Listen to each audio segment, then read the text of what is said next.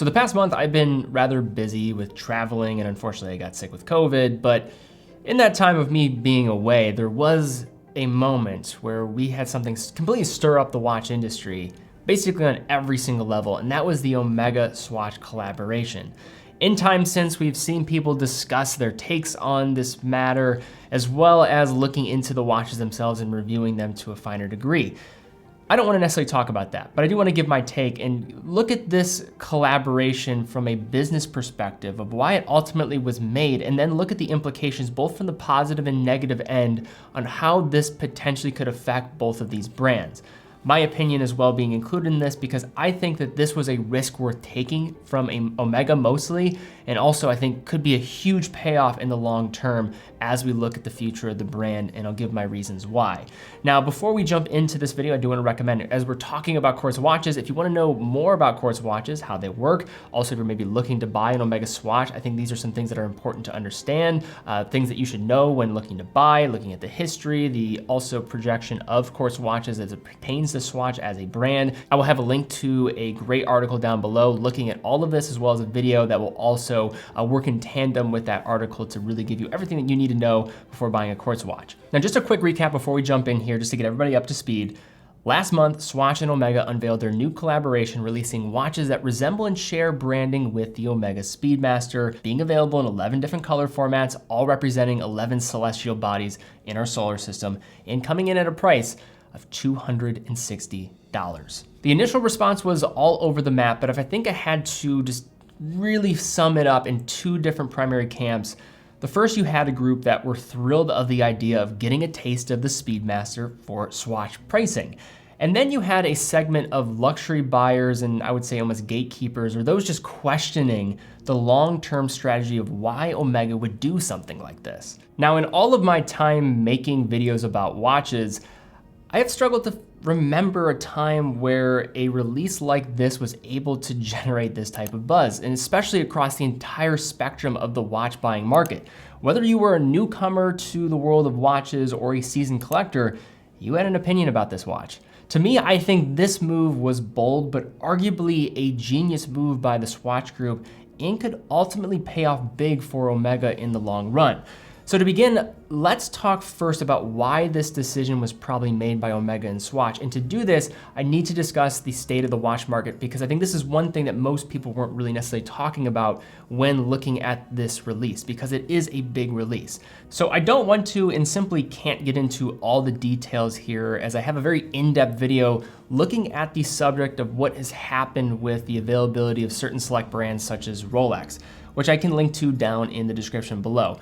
But essentially, we have seen the brand maneuver its way to solidify its current market position with the help of different things that have just, I think, been a perfect storm. A rise in conspicuous consumption, a lack of transparency for retail allocation, a growing secondary market, skyrocketing sales in Asia, and this is just scratching the surface. Yet as a result, OMEGA and the rest of the industry has lost market share to Rolex in the last 5 years following this boom, with Rolex at the fiscal year end of 2021 now holding nearly a 29% share of the total Swiss watch market, reaching an estimated $8 billion in revenue in that period. In addition, OMEGA, the long-standing second largest Swiss watch brand according to market share, this past year lost its second place position to Cartier, a brand that saw a 40% year-over-year improvement in sales over the tough 2020 for the industry. This said, OMEGA still saw a nice bounce back in sales numbers year-over-year, seeing nearly a $500 million increase compared to that of the same period in 2020, but these progressions certainly raise questions about how OMEGA can stir up the mix. And clearly the thought was utilizing the parent company to represent its unique value in the market compared to pretty much any other group in Swiss watches. Now, if you look around at the industry, there are a few groups that operate the majority of the brands. You have Richemont, who own brands such as Cartier, JLC, Vacheron, and IWC. Then you have LVMH, who own brands like Hublot, Bulgari, Tag Heuer, and Zenith, just in their watch division. And then you have Rolex, who apart from themselves operate Tudor as well underneath its control. And then you have the Swatch Group, who own and operate brands from the likes of Swatch, Tissot, Longines, OMEGA, up to brands like Breguet. The difference of the Swatch Group compared to other groups is its ability to have established brands from the most entry-level positions all the way up to a brand with a high horology pedigree that's hard to really beat. So this spread is definitely unique and a direct focus from Nick Hayek Sr. when he was rolling up brands underneath a group structure and essentially allowed the Swiss watch industry to battle back against the rising struggles brought forth by the rise of quartz timekeeping during the 1960s, 70s, and 80s.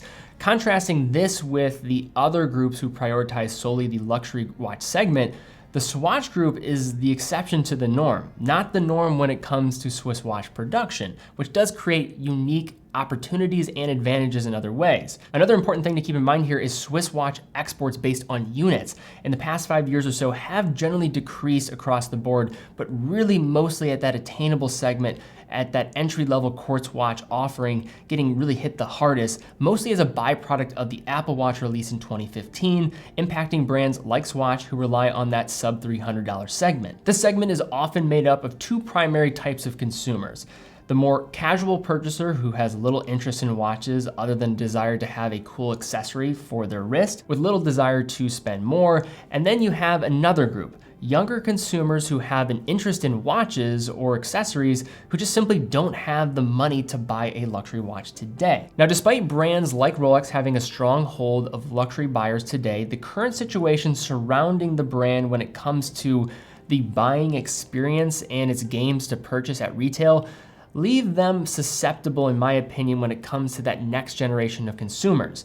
With the rise of smartphones and the Apple Watch, the need for a watch has become a romantic idea rather than a practical one. With an aging consumer base that has grown up with this idea, the big question for luxury brands is how can you meet the consumers of today while not neglecting the consumers of tomorrow so that they will make the strides in their life to one day own your product. When it comes to Omega's biggest competitor, the answer seems to simply keep on the path and hope consumers see the upside of owning a finer made good.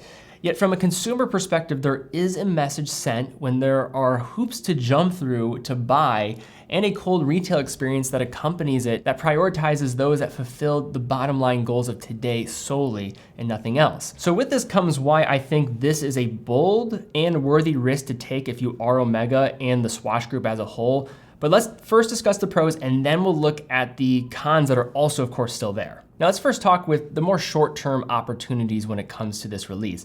I think first you have to talk about the buzz that was made from this release. This got people excited, it got people talking about the brand in the short term, and make no mistake, there was intention behind the time of the release of this model.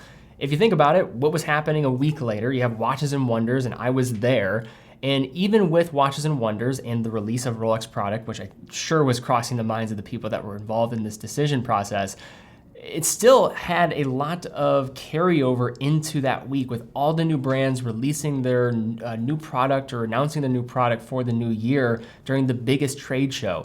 They were able to take some of that shine. And given the lines, the excitement, and the numbers for just videos and coverage of these releases that I just saw in the industry, it's crazy. This had everybody talking, and from a short-term perspective, as a brand, that is a great thing to see. And then number two, from another short-term gain, is just going to be the general sales.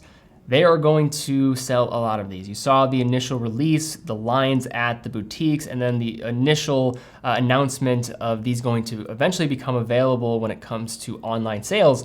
You know that they're going to sell a ton, and that's without question.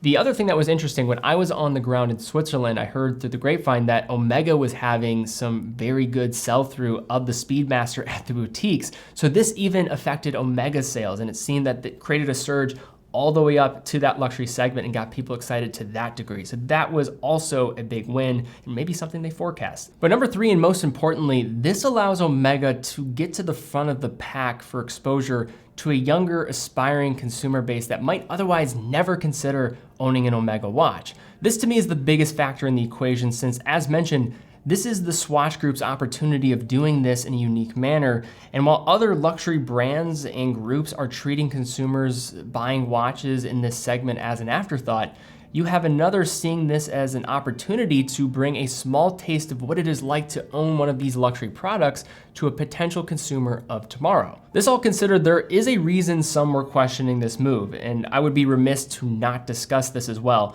And simply it comes down to luxury buyer perception. Simply put, by putting your brand or logo on a more widely available watch, you do risk how consumers or owners of your products view the exclusivity associated with your brand.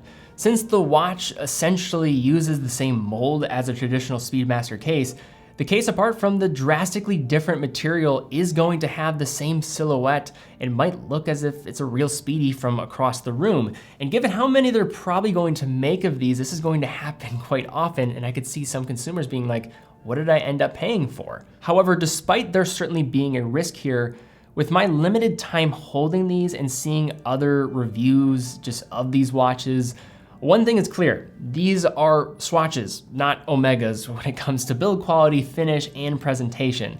With their colorful hues and bioceramic cases that, let's be real, feel like plastic, I don't think you are going to find anyone who handles both a Speedmaster and a MoonSwatch that's going to say, yeah, these are in the same ballpark of quality. In addition, when it comes to the co-branding aspect, this is not anything new when it comes to the world of luxury goods and the collaboration between different brands and the tiers of pricing in which they usually occupy.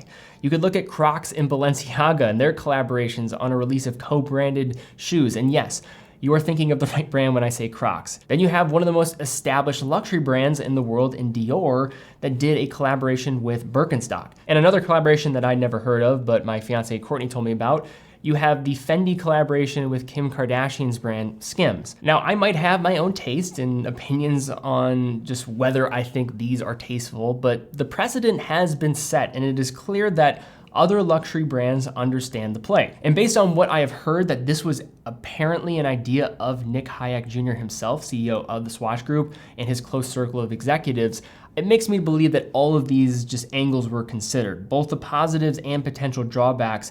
But to me, it's a bold risk, but a risk that I think will have huge payoff in the long run for Omega, because I'd like to see your comments on this, but I don't think the type of consumer that buys an Omega is going to be discouraged from maybe owning another Omega, or look at their Omega that they own in a different light, just because the separation of what you're getting from the Swatch, Omega Swatch collaboration versus a true Speedmaster is drastically different in terms of the build quality and general feel on the wrist. No one's going to mistake, once you have it in your hands, what you're getting there. I think the important thing is, in the segment of watches and luxury watches especially, where I think there have this whole generation of consumers that are looking around, where do I spend my money? What do I strive to own? In a segment where watches are no longer needed, you have to give them a reason to strive to own your piece. And when many brands are neglecting this very just group of people, I think when a brand could then meet this type of consumer at their level and get them excited about the product category, that's a huge point of differentiation. And I think if I had to predict, this will be a stroke of genius for Omega in 5 to 10 years, but what do I know? Only time will tell. But all right, guys, that is my take on the Omega Swatch collaboration. What is your take? And I really want to hear from people that say own an Omega watch. What are you thinking right now? Do you like this collaboration? Do you not like this collaboration? That's really who I want to hear from here. Or if you're somebody that was striving to own an Omega watch, you had, say, a Speedmaster, another watch from Omega in your sights, does this affect how you're going to look at the brand and look to purchase one of their watches? Or does it completely unchange your opinion? And if anything, it might even further your appreciation for what the brand is all about, creating a nice watch for everybody and seeing the upside of meeting a type of consumer that is typically not maybe thinking about watches to this level. Also, be sure to check out that course blog, and of course, check out TeddyBaldassarre.com, full authorized dealer of 30 brands, quick and fast fulfillment, dedicated customer support, and a full factory warranty for all the new products that we offer. In addition, if you want to stay up to date with the content, be sure to subscribe to our newsletter for dedicated written content, and follow along on Instagram as well to see some great photos of watches. But guys, thank you again so much for watching. Be well, and I will see you all very soon.